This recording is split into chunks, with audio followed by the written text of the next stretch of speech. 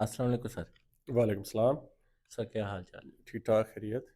अच्छा सर ये बताइएगा कि अक्सर हमने सुना है कि साहिवाल में मसाक सेंटर का क़याम कर दिया गया। इस मसाक सेंटर का क्या मकसद है और इसमें कौन सी सहूलियात दी जाती हैं?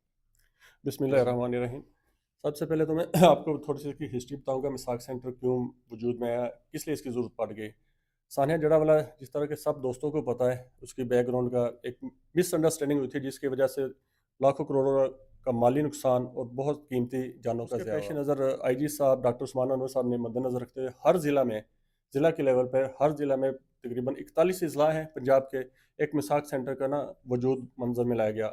हमने यहाँ जो मिसाक सेंटर में का अमला तैनात किया है, वो भी सिर्फ इस वजह से क्रिश्चियन कम्युनिटी का किया ताकि जिस मकसद के पेश नज़र हमने ये एक प्लेटफार्म बनाया है, यहाँ पे हमारे अकलीती भाई आए जो मसीह भाई हैं, क्योंकि हमारे डिस्ट्रिक्ट साहिवाल में ज़्यादा अक्सरियत मसीह भाइयों की है।